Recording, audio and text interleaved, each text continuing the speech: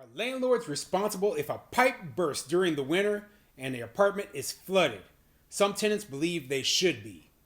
I'm Tony, and this is Real Estate Investing and Landlord News.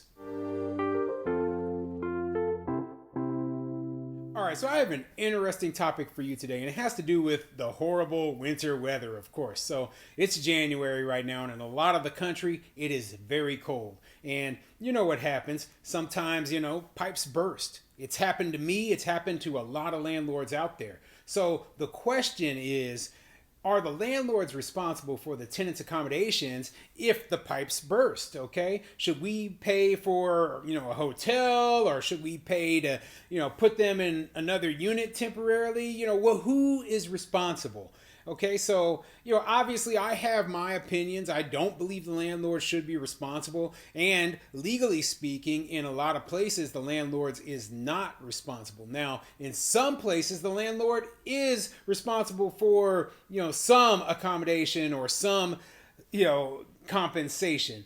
But that's not the case everywhere. You have to look at your area specific laws. But it is an interesting topic, and it's not just has to do with the winter, the cold, the freezing, but it could be like I covered a story just a couple months ago about a hurricane that went through an apartment complex in Florida, right? And the hurricane completely destroyed the lower levels of the apartment complex while the upper levels were fine.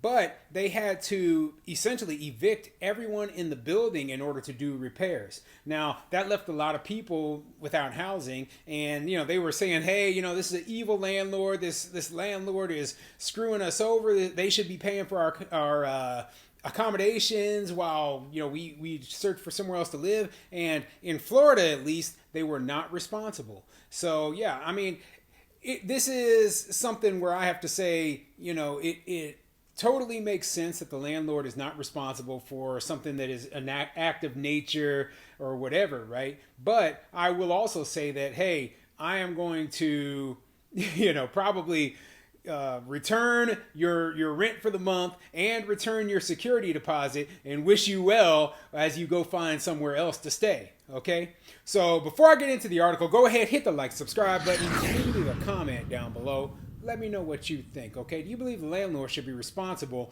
in a natural disaster, or, in the case of, something like the pipes bursting, the units becoming flooded, for the accommodations for the tenant? Do you think that the landlord should be paying out of pocket for it?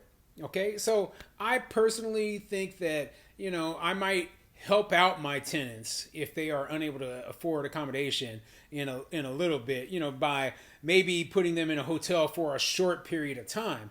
But I cannot be responsible for keeping them in there for months on end while I'm doing extensive repairs. I mean, that's too much to ask. So, what do you think?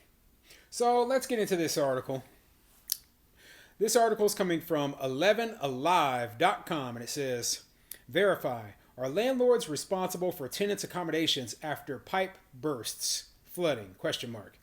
It can be subjective depending on who you ask. And this article is in particular with the Atlanta, Georgia area, so keep that in mind. And before you make any decision, if you come into this situation, check the laws in your area. So let's get into the article. Many Georgians had pipes burst and flood their apartments or houses over Christmas weekend following a brutal blast of Arctic weather. Days later, some residents don't have heat or water. Despite living without essentials during the below freezing temperatures, renters across metro Atlanta have struggled with the damage caused by cracked pipes and unprecedented leaks. Bedrooms have been left in disarray and buildings have flooded in the wake of frozen pipes reaching their limits. Residences have become uninhabitable, with people having to find other accommodations. It's left many wondering if there's a way to hold one's landlord or apartment complex responsible for temporary housing. The question, is my apartment complex responsible for putting us in a hotel since we are not staying in our apartment due to pipes breaking? Okay, so yeah, that's the scenario that they're putting forth in this article. My personal opinion, the apartment complex should not be responsible. I mean, we're talking about an act of God here. Now, as a landlord, imagine you had 30 tenants all of a sudden that you had to house in a hotel. How long are you going to be able to cover that? Okay, does your insurance cover the housing for your the temporary accommodation for your tenants? Maybe it does, maybe it doesn't. I don't know. It totally is dependent on a number of factors. Now, if the landlord is not able to cover that, then what does the law say? Does the law say that they have to pay for the tenants to stay there, or what? So yeah, these are a lot of important questions to ask. Let's continue. What we found.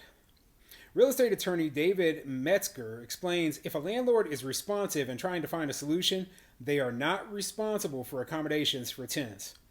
It's kind of a wishy-washy answer, so bear with me, Metzger explained. I would say that the answer is generally no, but at some point that will change.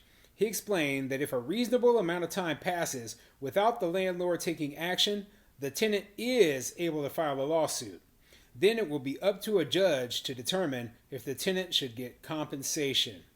So that kind of makes sense there. Basically, the tenant is going to have to sue for compensation if the landlord isn't, doing anything. So, I have heard of cases where if a building becomes damaged like this, then a landlord is allowed to make an emergency eviction where they're able to basically remove that tenant from the unit, refund them their security deposit and, compensate them for, if they, prepaid the rent, you need to make sure they get their money back. Okay. And you're able to do an emergency eviction because the unit is no longer livable and they just can't stay there. And I know that's unfortunate for the tenant, but that is what is necessary in order to get the repairs done. And sometimes when we're talking about a major disaster, there's going to be pipes burst throughout the entire metropolitan area. It might take you a few weeks just to get the pipes repaired, to get, if there was flood damage, they have to come in there. Your insurance company has to do estimates.